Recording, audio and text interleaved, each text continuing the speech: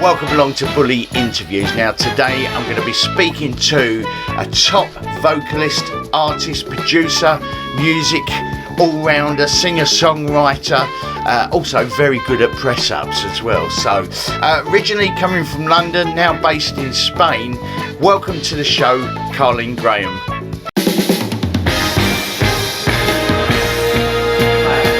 Welcome to the show. At long last we've got a chance to speak. Artist, singer, songwriter, composer, producer, worked with anyone from Madonna through to Dionne Warwick. Wow, that is absolutely brilliant. Thank you for spending time with us today. How you doing? Thank you for having me, Darren. I'm doing great, thank you. Just holding it together and cracking on with the music, just staying focused on that really. But it's a pleasure to be here with you. Thank you. Thank you so much. Now, one thing I have noticed from you over this lockdown is that you've been involved with a press-up challenge, haven't you? Yes. Well, I was inspired because Simon Van Os had started this challenge online, and fitness is something that's been a great part of my life for the last 10 years. So I just thought I would jump on and just, do my bit. And it's really kind of been, it's been a nice little motivation on a daily to get something done. So just been joining in. Well done to you too. How many are you up to now? Thank you. Today is day 62. Oh, I know. You won. I know. It's a bit, pressure's on, put it like that. But I'm enjoying it. So far, so good. Well, we're talking about the lockdown and what's gone on over the last year. How has it affected you, not only professionally, but personally? Well, it's affected us entirely, really. I'm a singer is my main job, so I was on tour for the last 2.5 years.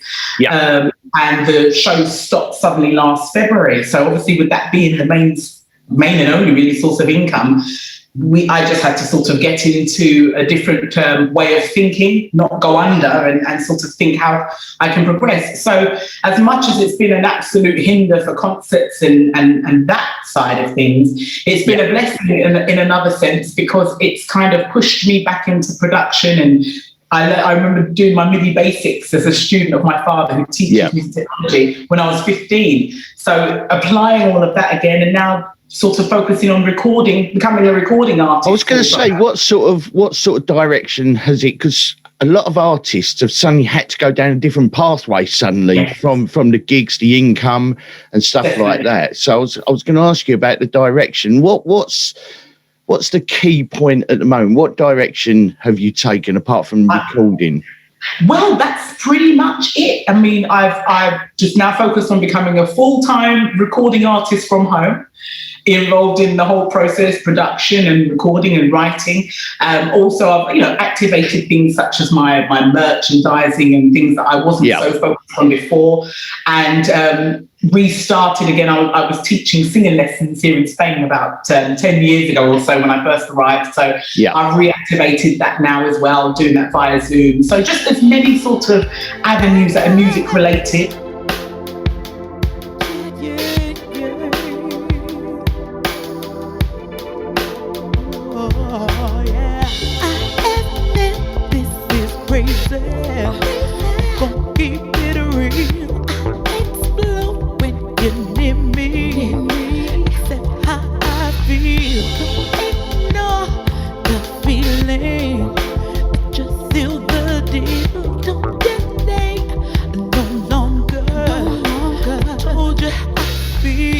You mentioned that you're based in Spain now, originally from London. I'm very impressed with your Spanish accent as well, your Spanish language. Wow, what's the video? I was like, so you're based in Spain. How, originally from London, based in Spain, how has Spain influenced your music?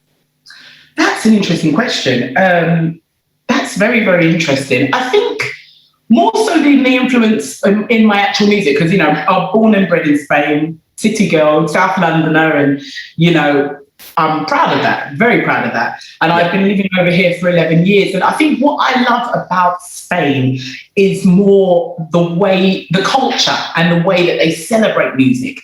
It's it's really, really, really such a big part of their culture. And over here, rock is the main vein, rock, pop, any sort of R&B and soul that you hear on the radio is fed through from the UK, from Europe, from America, and flamenco, traditional way. So I've learned more on the live aspect, the passion for the music over here, and how much it is really, it really does carry down the family lines. And having sung at many Spanish weddings and Spanish events, the importance of music in the culture over here, I love it because it's made me more accepting of self, really. That's the weather and the food. Oh, the food. Don't even get me going there. But you're not only sort of working as a solo artist, you also work with the coolest man in the industry. Surely he's got to be. And obviously he's a big influence to your career as well. And that's, of course, your dad, Errol Ross, who's sort of a big name from back in the day and even now sort of thing. How sort of do you combine what I would say modern sound versus old school, sort of the old school sound from your dad? How does that work with you and your dad? You know what? Like, I really thank you for your words for my father. I really appreciate that. That's so cool. It's so cool, Carlene. Oh, it means so much to me. We'll get him on because I'd love to speak to him for sure. But it's, and also you've nailed it. Like, our whole essence is old school, new school, And I don't know how much time I've got, so just cut me off if I start going on. But like, just to give you like a little insight, like growing up, we always had a home studio. There was always music around, musicians in the studio. Dad being originally a bass player as well, so I was always had that influence. And then before I came along, he went on to produce The Selector, Too Much Pressure, their first album, and he achieved his gold and silver for that. And they were two symbols in the house. I didn't know what they meant as a young girl, but they were something that always equaled success for me in music. And it's something that I knew I could achieve because I'd always seen it. So fast forwarding now to 2020, lockdown last year, Dad and I, it's brilliant because since I've been living here in Spain, Dad and I have been out on the road and we've been a father-daughter duo doing all kinds of covers and originals, all kinds of events, as well as the touring. So we basically, the first album we got to work on was Online, that came out April 2020. And honestly speaking, it was a matter of survival. It was a matter of combining forces and just not wanting to go under with the depression of what the world was under. So that's how we came together, like how we write and produce together. That first album, I sometimes come up with a concept or Dad comes up with a concept. Then we sit, I write to it, record it, and then we just go for it. And I'm always a student in learning. Like I said, I learned my MIDI basics with him when I was, 94, 95. But bringing it to modern day sound and watching Dad apply the old school vibes to these new school digital sounds, it's such a thrill for me, So excellent. We just carried on that route, and towards the end of the year decided, well, we're going to form our little production company, which is Razor Blade Productions, and it be focused around, as well as the work that we're doing, all of the artists that have struggled. If there's indie artists out there that need video editing, which I taught myself, or music production, or anywhere we can assist, that's how we're moving forward into this year and beyond. I mean, obviously your dad's had it's almost like off the shelf skill, isn't it, from your dad? I love that. Crazy.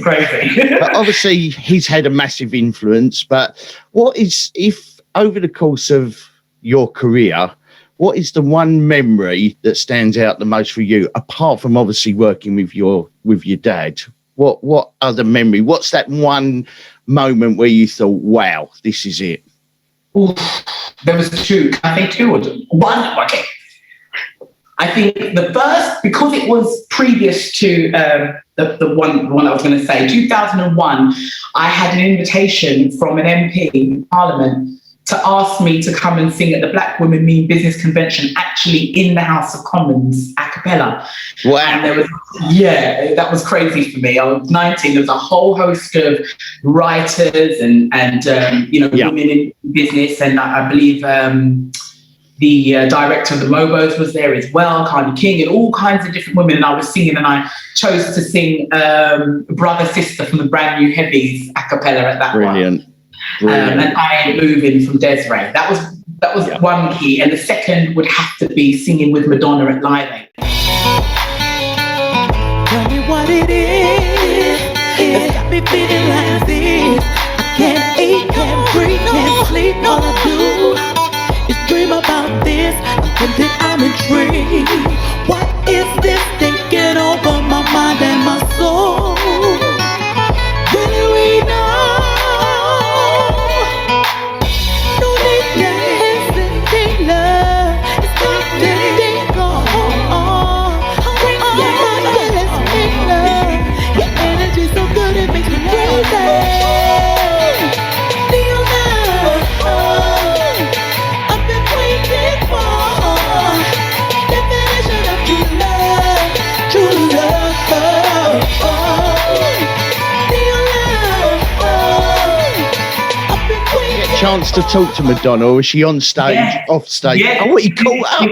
We rehearsed with her at Air Studios first. We rehearsed there, and she addressed us individually. And then after that, just before the performance at Hyde Park on the day, she took us over. I can't remember the name of the hotel. I think it was a Park Lane Hotel for brunch, just to give us good hours. It was absolutely awesome. So I think those for me were probably my two most.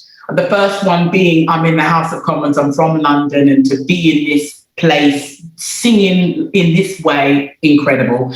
And with Madonna as well, an influence from a very early age, and then to be 20 years later to have watched the birth. Yeah, fantastic. So I'll put those two down. Thank you. Let's get back to Carlene Graham, because you've got your music out there. It's available on your website. We've got details coming up about that. But Love Code, which is your current album.